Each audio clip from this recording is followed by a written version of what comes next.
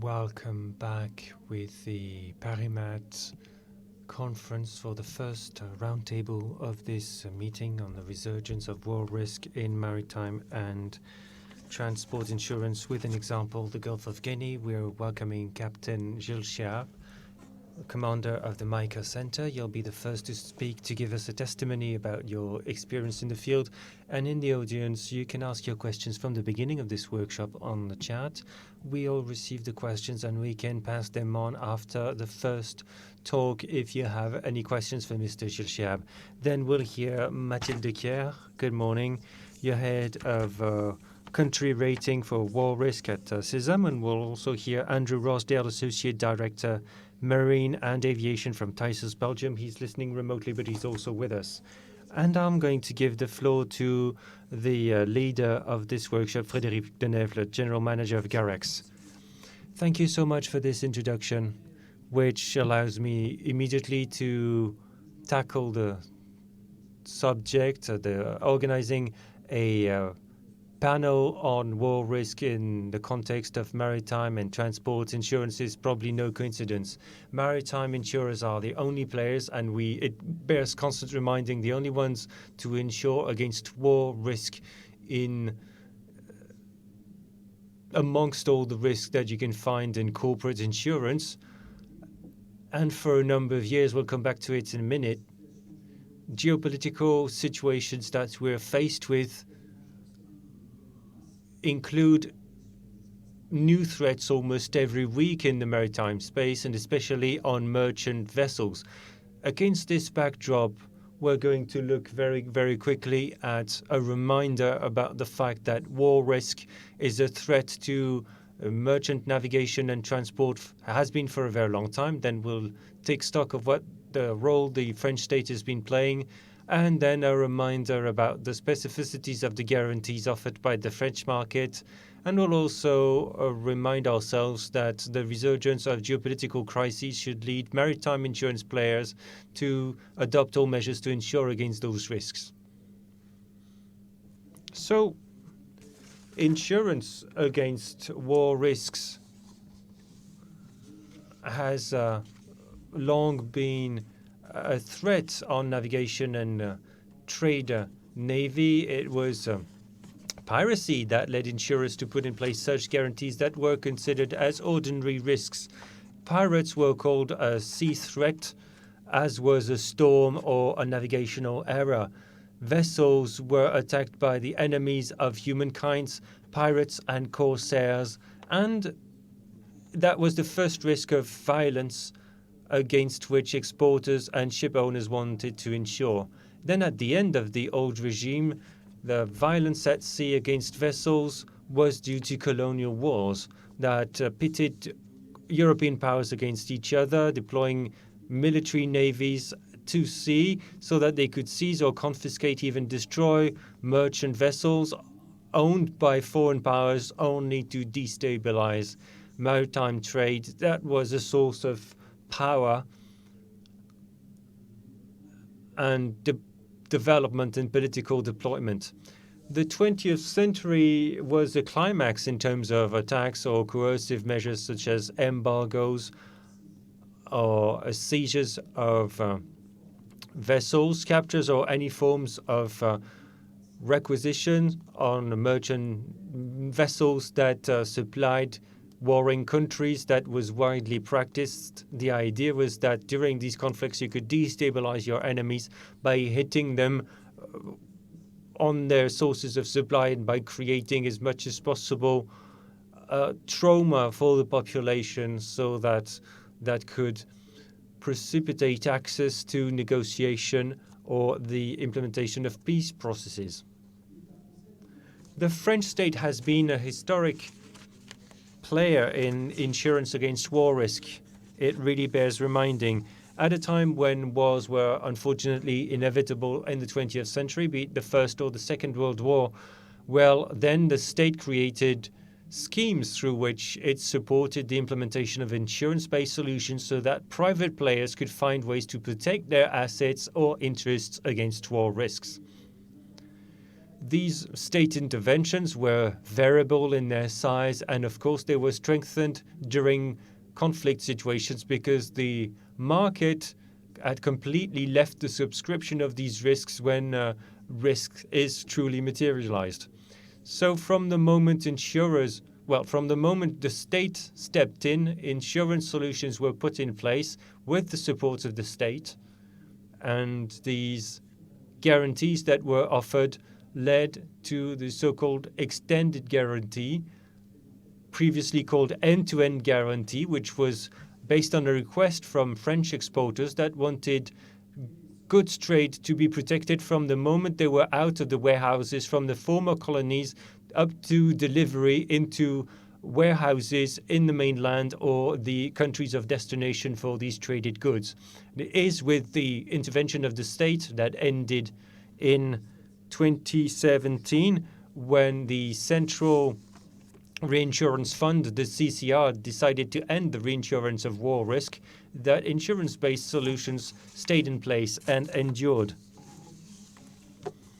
Now, if you take a closer look at the solutions that were put in place because of these incursions by the French state in the organization of the law and the creation of war risk insurance, given the exceptional nature of these risks, the law, first of all, provided for a series of exclusions, the so-called legal exclusions, and left it to the market to organize the implementation of a specific guarantee. So there was the hull insurance or cargo insurance, the parties considering the fact that these exceptional risks, these war risks are excluded, they needed to put in place via hull or cargo insurance.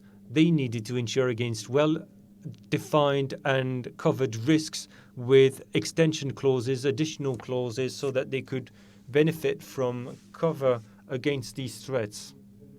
So here you've got a reminder of the legal exclusions. The method that was followed was to take up these exclusions and to include them in these extensive clauses, more extensive clauses, and you can see that these market conditions are a bit broader than the exclusions that are provided for by French law, and so that you can have relatively consistent and comprehensive coverage. Well, beyond the letter of these risks identified in these specific contracts with additional risk, what are the specificities of war risk in French transport? So, as per French law, first of all, you've got war risk guarantees for hulls or cargoes that are in addition to the ordinary risk policy. This is something to keep in mind when you design this approach. Then you need to keep in mind that war risk is a risk and a guarantee that is limited geographically with the identification of increased risk areas. Once vessels or cargoes get into these areas, there is adapted pricing and limitations of the guarantee in time and space, given the dangerousness of said area. And then there are the possibilities to guarantee cargoes on land with the principle of extended guarantee. It is possible to offer guarantees for goods in transit or in storage. And one of the last specificities, but not the least, is the French scheme that wanted to be as precise as possible in order to provide protection to insurance buyers with presumed connection of a claim where the cause cannot be easily ascertained. It is assimilated to an event at sea. So if you cannot ascertain the cause of the damage, whether it's war risk or traditional risk, well, the law provides that this will automatically be ascribed to an event at sea. And last word in this introduction is the matter of knowing when you're an exporter or a ship owner, whether you need to buy insurance against war risk. When I prepared this intervention, I remembered the many crises that we faced in the last few years, and not over a very long period. Since 2017, there have been surges in incidents in the China Sea. In 2019, there were problems with seizures of cargoes and vessels in Venezuela because of the US embargoes against a Venezuelan state-owned company. Since 2016 to 2021, there were many attacks on tankers and gas ships in the Gulf of Yemen. There were also tanker attacks in May-June 2019 that led to damage and cargoes being hijacked, unloaded onto boats that were seized and blocked for months. And then another thing that we're facing in terms of war risk, there have been recurring events happening in the Gulf of Guinea for many years that have accelerated in the last few months. And so we needed to have an additional explanation about that. And I think that this is what Commander Shehab can give us explanations about this additional risk that we've been facing in the Gulf of Guinea. Over to you, Commander. Thank you. Very good. Yes, it was interesting to remind ourselves that piracy is nothing new, that it has existed almost since the dawn of time, ever since people have been going to sea and putting goods on ships. Of course, it has tended to be forgotten about in the 20th century because of the two world wars, and after the two world wars, two blocks that clashed during the Cold War, so that several navies could sail the seas, and that kept piracy on land, although some events happened, but they were not widely covered. Before I start, I think it's important to distinguish between piracy and brigandage. People tend to talk about piracy whenever something happens at sea. Piracy is what happens more than 12 nautic miles away from the coast. If you're international waters, it's called brigandage. If you're talking about the Malacca or Singapore Straits, you're talking about brigandage. And very often these are young people, brigands, boarding a ship, stealing equipment, and then flying away. And there's never any contact with the crew. In the Gulf of Guinea, I would tend to say that it's a bit more sensitive because you've got brigands throughout the Gulf of Guinea, starting from Senegal to Angola over a very large surface area, and along the coast you've got several ports, and also in the anchor areas you've got young people, bandits who come in and steal. This is banditry. But there's also piracy, a lot of piracy, so to speak. This is the only area in the world where there is piracy, and these are real organized gangs that go to the high sea, beyond 12 nautics, and the aim in the Gulf of Guinea is to kidnap crews to then ransom them. I wanted to point that out because in the Gulf of Guinea, it's a difficult distinction to make because pirates, organized gangs, sometimes attack ships that are in territorial waters. When they kidnap the crew and they go fly off with the crew, you cannot really call it banditry, but it's important to keep the distinction in mind when talking about events happening in the Gulf of Guinea.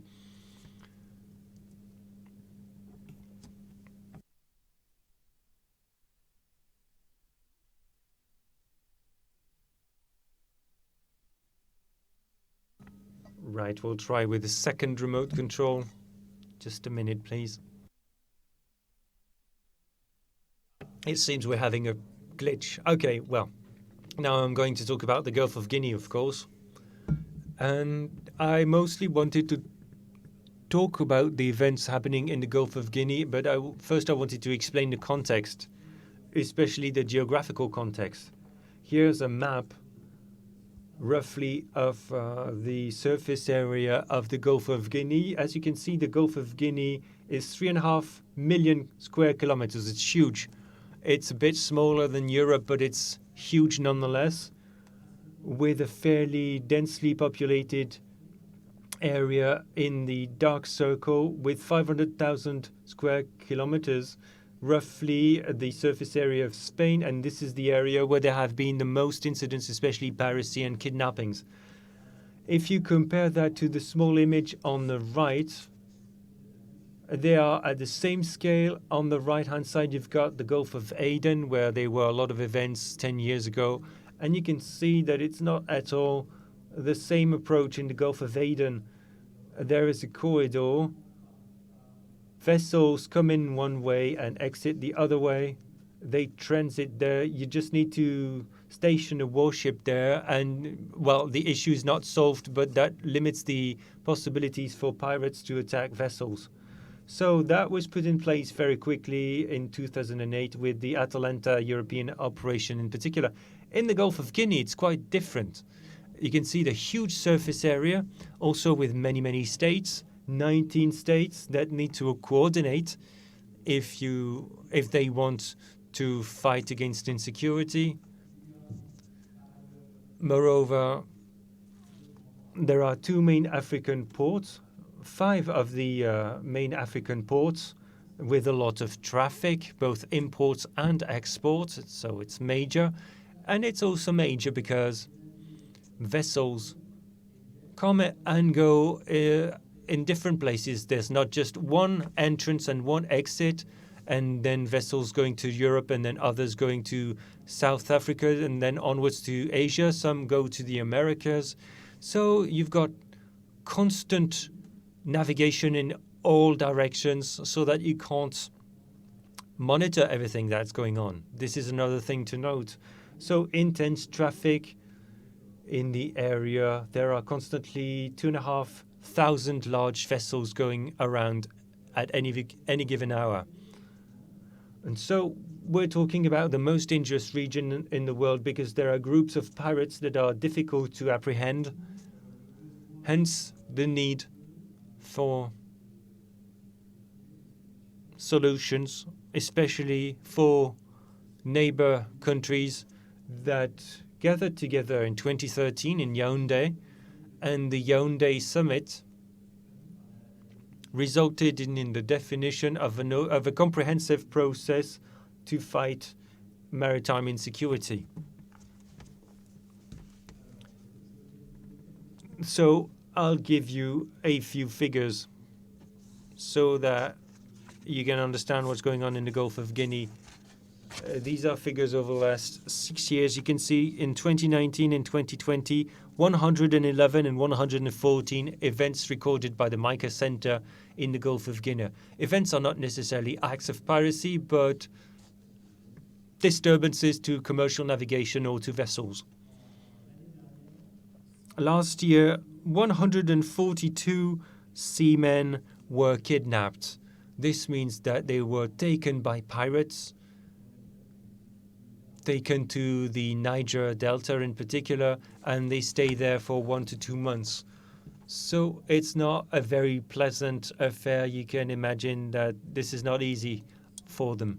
So 142 last year and 146 in 2019, a bit more in 2019. You can see that it's been stable over the last 2 years. In yellow, you've only got the thefts, and that's already a big chunk of events. So that's banditry. In orange, you've got attempts, proven attempts on the part of bandits or pirates, and in red and black, these are attacks or even hijacks, so where they take control of the ship. And you can see that it accounts for almost half of the events recorded in the Gulf of Guinea, which, of course, is not admissible. And I've listed the last 3.5 years. The first half 2020, there was a strong decline in events. Is that going to continue over the year? It's hard to anticipate. It's not related to COVID, absolutely not, but it's probably related to all the measures that have been adopted by states and the international community.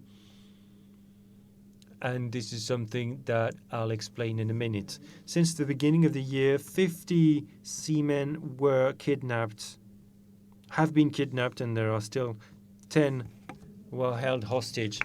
What can you learn from these events before I move on to my next item? First of all, distances. Distances from the coast are longer and longer. Pirates are better and better organized with more and more advanced equipment, and they can go further and further away. Since they can go farther, sometimes they attack ships 200 nautical from the coast. That's about 380 kilometers from the coast with small wooden crafts. And the reason they go there is that they feel they have impunity. 200 nauticals from the coast before a patrol ship from a local navy goes there to stop them, well, a lot of time is going to happen.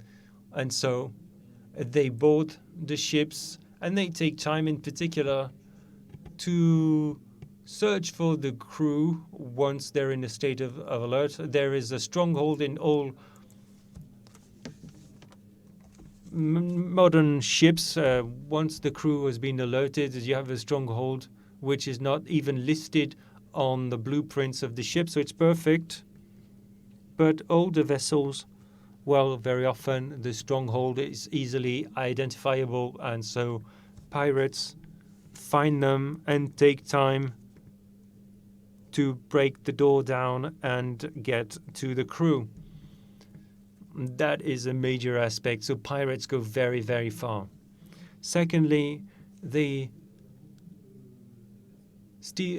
take a lot of people hostage. 4 or 5 years ago, they kidnapped 3 to 4 crew members, usually the captain and the chief engineer. Now they capture 10, and there was a record at 20 last year. That's huge. And they usually grab a package. Once they've got the seamen, they go to land and say, I need this ransom. It's not per head, but the fact that they've got a lot of sailors, that goes a long way in the negotiation for ransom. That's the second thing. And then also, there's a seasonality. There's a dry season in this area that starts late October until March. And this is a great opportunity for pirates to go on the high sea, because the sea is calm with little wind, and so that's a very favorable period. So vessels are really alerted during this period, and they're invited to adopt countermeasures so that they don't let pirates board them, and so that they don't get kidnapped. Well, what have states been doing? I was talking about the Yaoundé summit in 2013. It resulted into an architecture, the Yaoundé Code architecture. All neighbor states agree to coordinate and to ensure security and have a good overview of what's going on in the Gulf of Guinea. So you've got an interregional coordination center, the CIC in Yaoundé, and then you've got regional centers, and then you've got national centers. All these centers communicate with one another, and they need to have an overview of the situation in the Gulf of Guinea that is as precise as possible. So the international community has been helping these countries be even more effective. You've got in particular the EU that has a strong presence. There's a project called COGIN, so that all centers can connect to a network, so that everybody can have the same surface situation in the Gulf of Guinea. And whenever there's a problem, everybody can be alerted together, the whole community monitoring the area. And in order to help operations, there's the MDAT, the Maritime Domain Awareness for Trade, hosted by the MICA Center, and I'll come back to that in a second. France has Sukuram, that's a French warship, which has been deployed to the Gulf of Guinea. This deployment is 30 years old now. For the past 30 years, there's a French warship that has been present in the Gulf of Guinea. Of course, it's not only there to combat piracy, that has become, in fact, part of its role. And in particular, it helps navies to progress. It does all sorts of exercises so that local navies become more effective and efficient. The MICA Center. Let's talk about the MICA Center because we're really concerned by the Gulf of Guinea. It was created in 2016. It is a fairly recent entity. The goal of the MICA Center, in fact, it's a center to merge maritime data. It gathers all the information that comes from private players and state players, and by gathering all this data, you have a database. The data is merged and checked, and then you can send out this information to all the players. When you're given a small piece of information, then that player gets much more information back, and it's very important in terms of security. We conduct security assessments, which we publish and provide to the various players, particularly those who have signed the protocol, and they thus have a very clear idea over the week of the situation. We do a weekly assessment of security in that area. In the MICA Center, there are 3 units. The first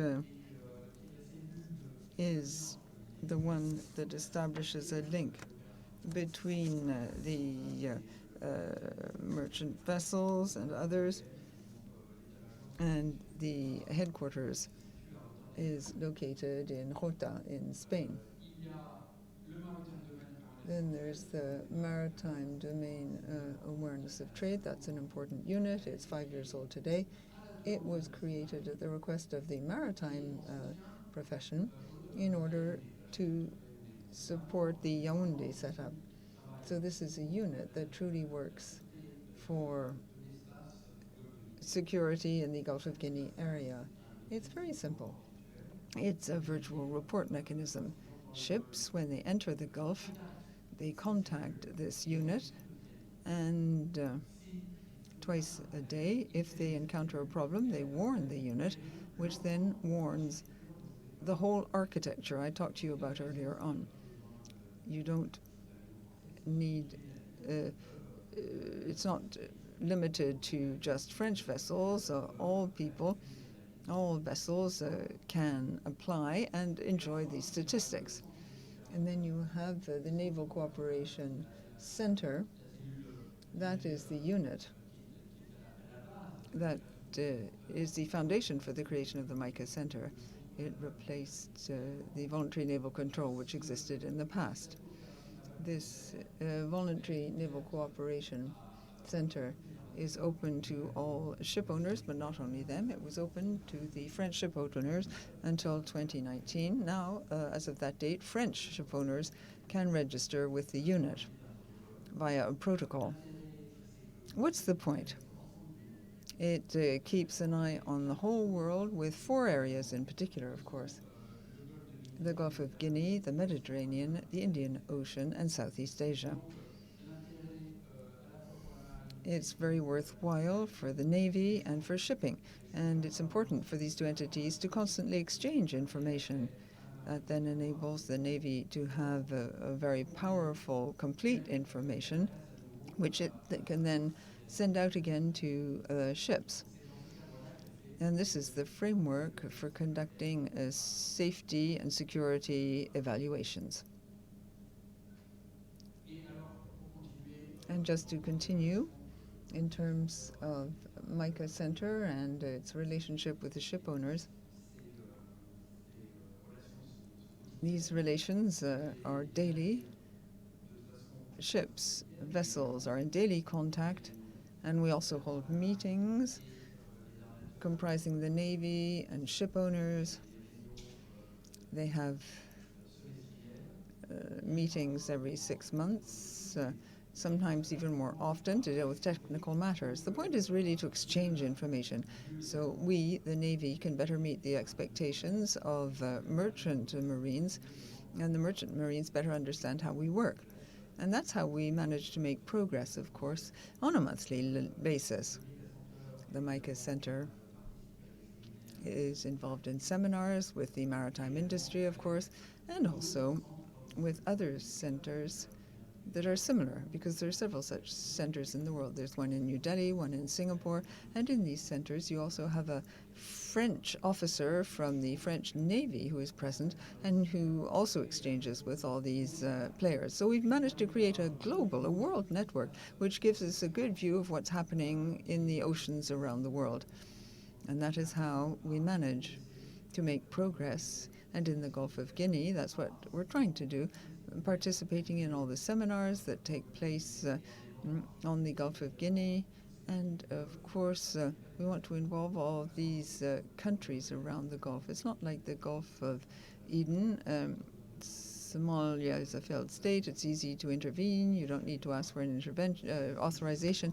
Here, each state wants to know what's happening in its territorial waters, and you can't just intervene without asking for the authorization of the state concerned. That's what I wanted to say about the MICA Center. Thank you very much for this wealth of information, which was very down-to-earth and precise. I would like to address our virtual audience, and you can download the data you showed us. Mathilde Dauquier, now we're going to talk about how maritime insurers assess the risk of war. Yes, as said, we've covered risks of war for many years. We have a system to assess the risk of war and how dangerous the countries are. This system of evaluation is based on a sort of a grading of countries based on certain criteria, which I'll talk about in a few minutes' time. What I would like to do today is to talk about three main chapters. First of all, the context in which SESAM was called on as of the 1st September 2018 to take over this grading system.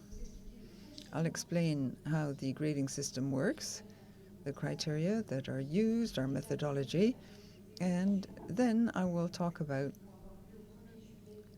changes as of the 1st July 2021. I talked about a grading system for countries. It's important to recall here that this grading system for countries is not something specific to insurers and the risks of war. It is a system you find in several professional ecosystems, of course, which are similar. These systems may be public, private, or a mix of both. I'm not going to dwell today on the grading of the big grading entities, which you're familiar with, Standard & Poor's, Euler Hermes.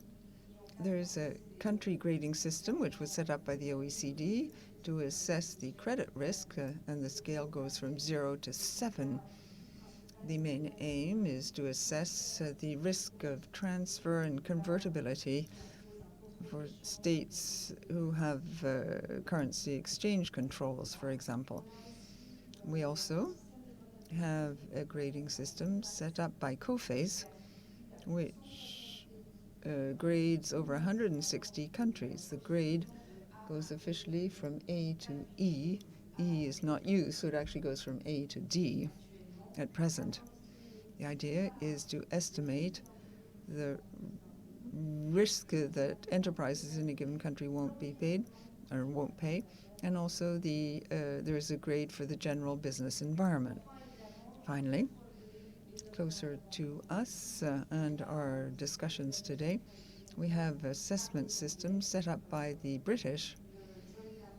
The Joint Cargo Committee has set up a system of assessment which ranges from 0 to 10, and you can grade in these various risk bands, and this applies to most of the countries. Now, when it comes to insurance risk of war, you have the goods transported, the French market. Traditionally, it was CTCR, set up in 1946. Together with the state guarantee at the time, it insured and reinsured exceptional risks when it came to the transport of goods. It's important to note here the specificities of the French market and the existence of an extended guarantee which applies. And this makes it possible for CTCR to be both insurer on the terrestrial side and reinsurer on the maritime side with a state guarantee. In this ecosystem, CCR, I beg your pardon, makes a country risk evaluation linked to its reinsurance activity with a grading system ranging from 1 to 9. 1 is the lowest grade and 9 the highest grade. In 2018, the CCR decided to halt its activity in the area of reinsurance of exceptional risk linked to the transport of goods. It stopped, therefore, grading countries as well in terms of this reinsurance activity. CESAM, through its board, was entrusted with taking over this grading of countries in terms of risks of war as applied to the transport of goods. CESAM, first of all, took up the list of the CCR on the 1st September 2018. The list was identical to what existed in the past without any changes. It took up this list and it looked carefully at serious exceptional situations which might modify the risks of certain countries. For example, the case in December 2018, after the increase in tension between Russia and Ukraine, CESAM modified the grade in this Donbas region in Ukraine. It increased the risk, of course. But overall, the list was used up until 2019, and then there was a total revision of the grading of each country, which was planned as of 1st April 2020. To this end, a working group was set up within COMAT. It grouped together all the players on the market in order to agree on the criteria and main changes in the CESAM grading system compared with the system in the past with the CCR. So what were the main changes? I'm not going to go into details, but I think it's important to mention a couple of these changes. First of all, grade 9 was done away with. It had been used by the CCR. Grade 9 was for states subject to sanctions. In CESAM, we felt that these countries subject to sanctions did not come under the mission entrusted to CESAM. We were here to assess the dangerousness of countries when it came to the risk of war as applied to the transport of goods.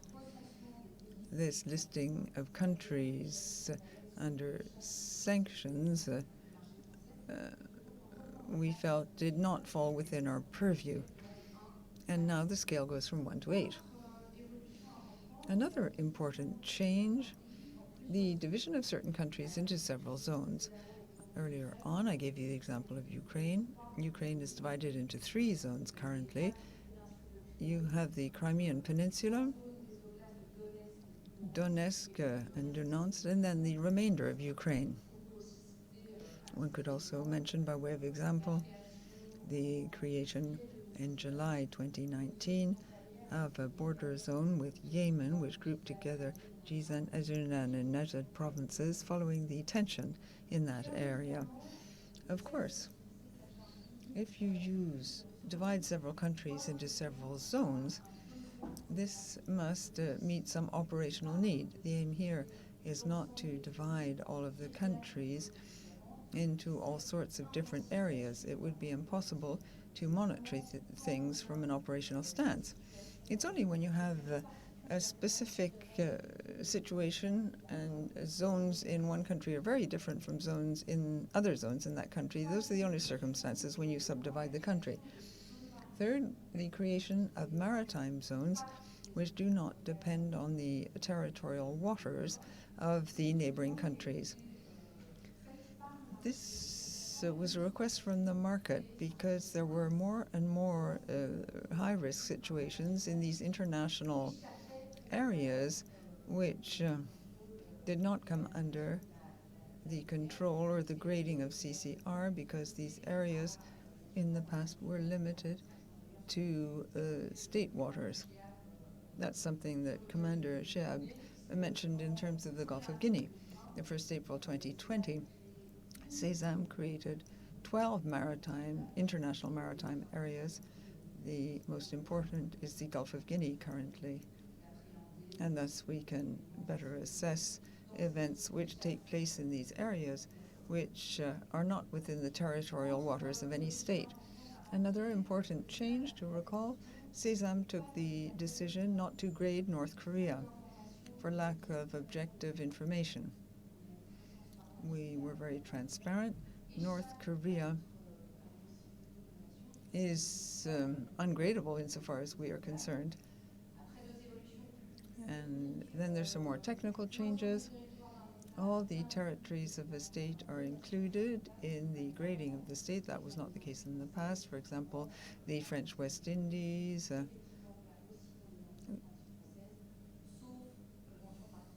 unless there's some special case or special agreement. And finally,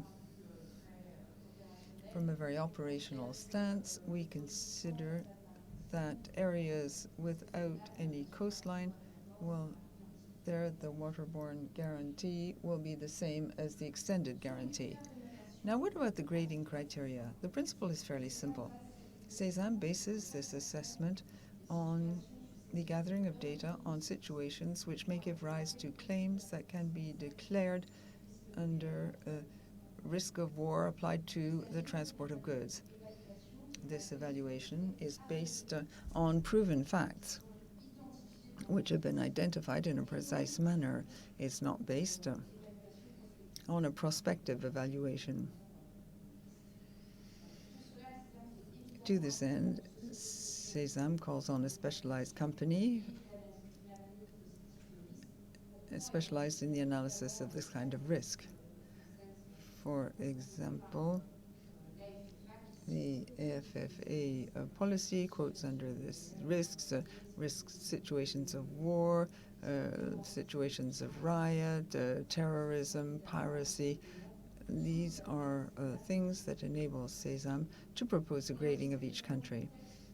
There's also the more general context which will impact SESAM's grading.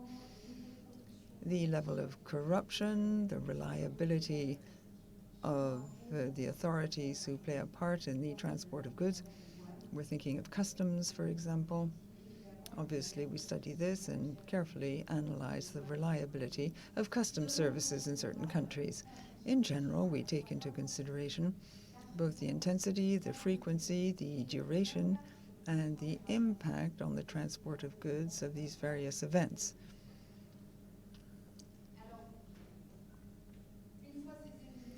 Once all these changes were listed, our system is extremely transparent. We have criteria. We have a grading system that goes from 1 to 8. As I said, we don't have grade 9 anymore.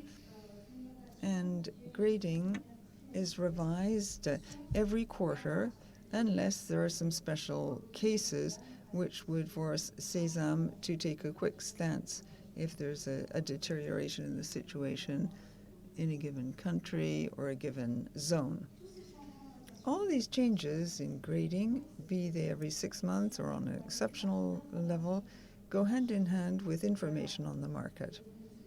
We have the news, which SESAM regularly publishes, and more specifically, there's an explanatory note which justifies systematically any change in the grading, apart from the global revision we did in April 2020. There, obviously, it was a rebalancing of the system, but otherwise we systematically issue an explanatory note, which you can find on the SESAM site, and which is accessible to all.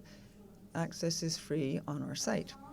Finally, for reasons of stability, given the scale, which goes from 1 to 8 in our grading system, we decided that any change in grade should be justified by a minimal period of 6 months after the last event which justified the preceding grade. That's important.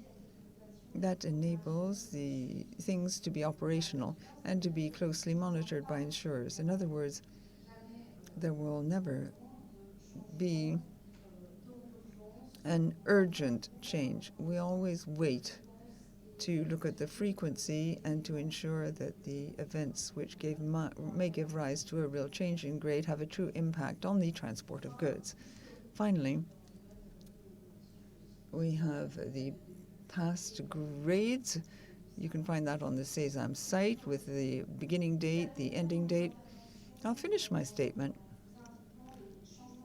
by talking about the quarterly changes due for 1st July 2021.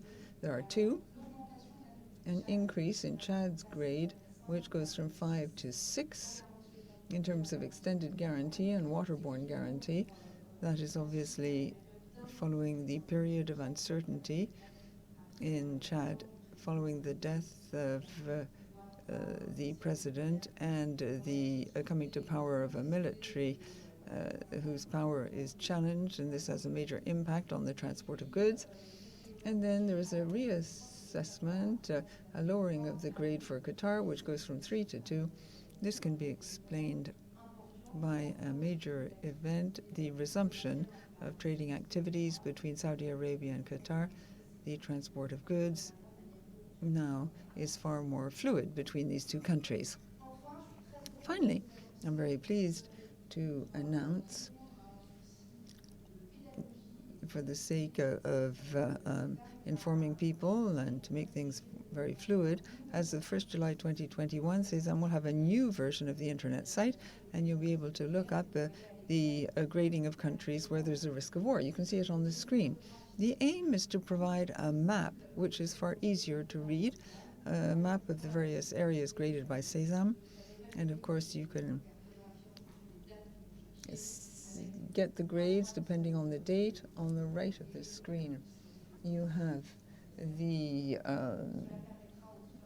past list of risks and grades so that the various players on the market can better assess the risk.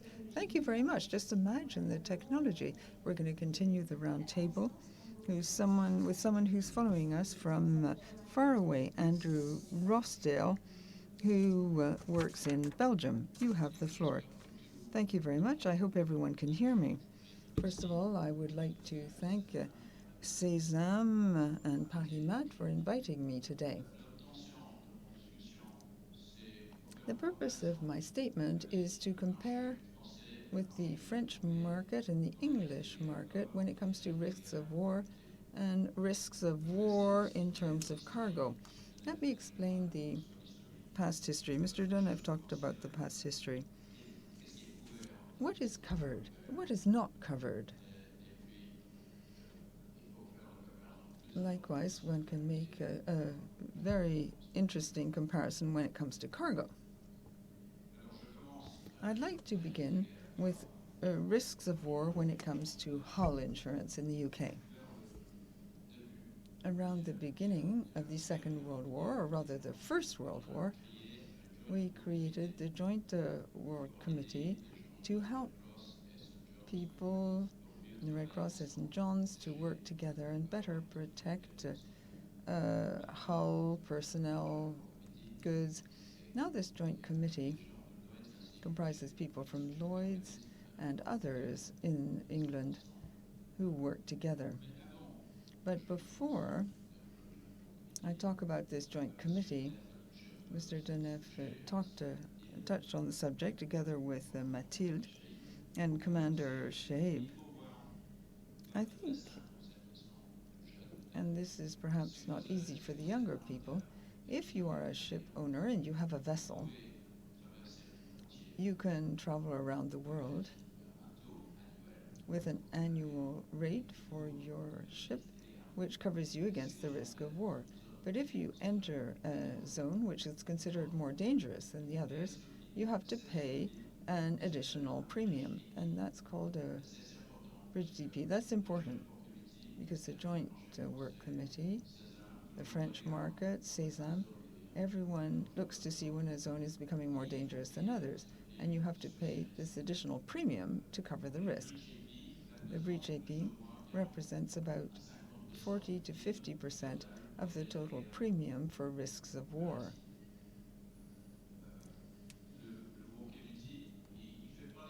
This committee doesn't issue rates. That's not its role. It's there to discuss changes in zones. It's there to help the underwriters who decide on the prices. And they decide on the price that has to be paid. And, of course, the additional premium has to be paid immediately. The French market has been very active since the 18th century. There have been links between London and France, which have been very strong, and they work very well. Many ship owners don't insure with the same insurer. They usually use several markets, direct brokers, and they do a bit of leverage between the markets. On the whole, ship owners use several markets because this ensures a broader coverage and wider limits. Now I'd like to talk a bit about the cargo side of risks of war. And as I've just said, there are differences between the English and French market. They're quite striking differences. After the First World War, the English government covered goods in transit, but it's after the Second World War that insurers started to enter the market to cover cargo in transit. They took a decision to cover cargo in transit only when it's waterborne, that is, floating in the sea. They don't cover risks of war on land. That's excluded.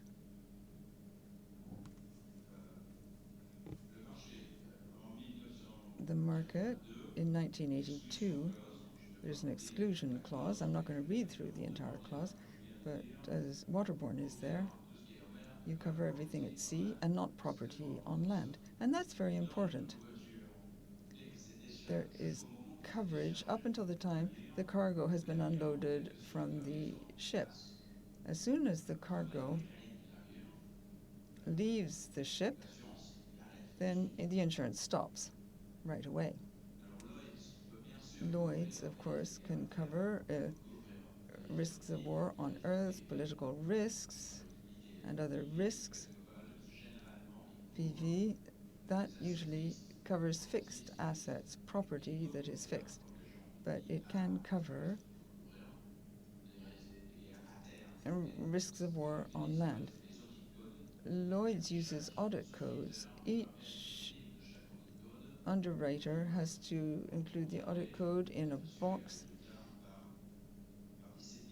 and the real problem is aggregates. You have to know about the aggregates for this or that country. Cargo underwriters don't cover risks of war on land, but some can do so, and then they have to recalculate the premium for covering things on land. For the French market, you have the end-to-end clause. You've had that since 1945, which is a very good thing. The end-to-end was and is a wonderful product, plus the extended guarantee. End-to-end works very well because the insured party is covered up until the time the goods, from the time the goods leave until they reach the final destination. It's one-stop shopping, and it works extremely well for the French market. The CCR, as Mathilde said, stopped offering this coverage around the end of 2016.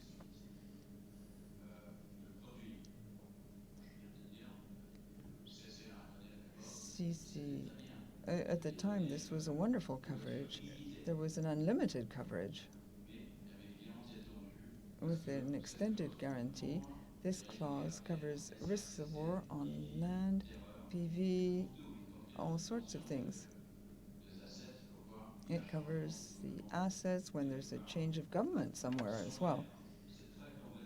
It's very convenient to use this kind of coverage, but now it has become less convenient because for the French market, you need to know exactly where the assets are located because the reinsurers, particularly in Lloyd's, have to know the country-by-country aggregate. That's a bit complicated. But I think that the risk managers and the brokers, the local insurers, Sésame, just about everyone, can work together with HIHS, Green Vicar, Baval, and others. Everyone can work together for the future. That would make things much easier. But you had these good times with CCR, but perhaps they're now over. I think in the future we'll have to work out a system to ensure that all goes well. Thank you. Thank you very much for your statement. Thank you for participating remotely. It's a bit frustrating. There have been a lot of reactions in the world, and we'll share some of these reactions. The first question, how can you technically justify that waterborne guarantee follows extended warranty for landlocked countries? Sorry, could you repeat? How can you justify technically that the waterborne guarantee follows extended guarantee for landlocked countries? Well, waterborne only works for waterborne cases. So if you're elsewhere, you cannot cover. If it's not on water, it cannot be covered for waterborne, for cargoes that are underwritten. And what you can add for this question is also that, once again, you might have a segmented risk analysis. The strictly maritime part will give rise to an analysis, and the land part will give rise to another activity, another analysis. It may not be as smooth in the flow of goods that are sent, but if you've got land transit or land storage over a period, this is where, via their advisor, the insured party will need to share the information, because otherwise there may be a gap in the guarantee. Once you've got the information, you'll compare both notions, what happened at sea and when the cargoes are on land, and then you can decide whether there are specific guarantees and at what conditions. Thank you for the two-man answer. A specific question. Are there specific corridors for yachts that want to go through the Gulf of Guinea to go to the Indian Ocean, for customers that have ships in the Seychelles and want to repatriate their ships to France? I was talking about voluntary naval cooperation. I had said that it had been extended since 2019. It can also be extended to yachting for some criteria. We're not going to list a yacht on a protocol for an indefinite amount of time, but a yacht that wants to go to a specific area at a given point in time can liaise with us, and will draft a protocol that will be time limited, and then they can be monitored and will give them the information that they need. A third question, in a nutshell, not necessarily easy. Can we determine the frequency of the actualization of the piracy risk in the Gulf of Guinea?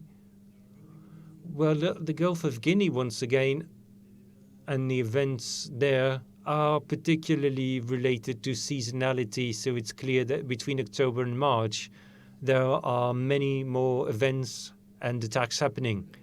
The rest of the year, so far,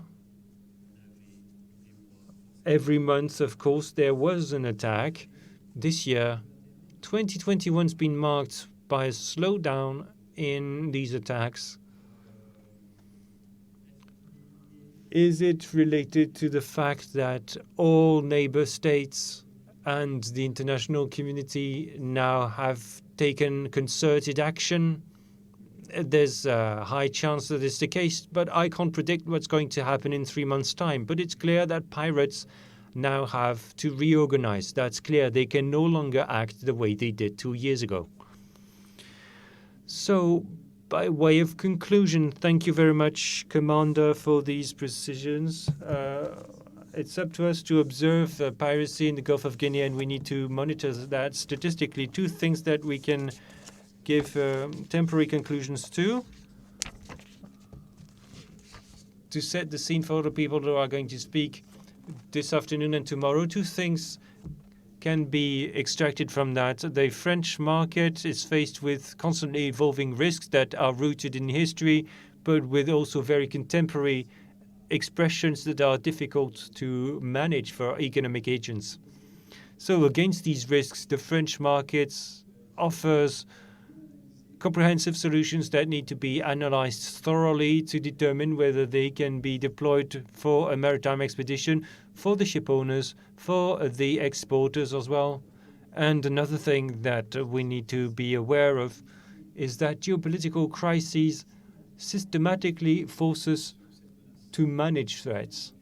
There has been a recurrence and reiteration of geopolitical crises. We don't know where the next one will happen. We can see them every week, but ship owners, exporters, their advisors need to be aware of that to protect their interest shipped on sea against all these risks. Thank you to the speakers. Thank you to Andrew. And we'll be ready for the next panel, a 5-minute break for our partnerships.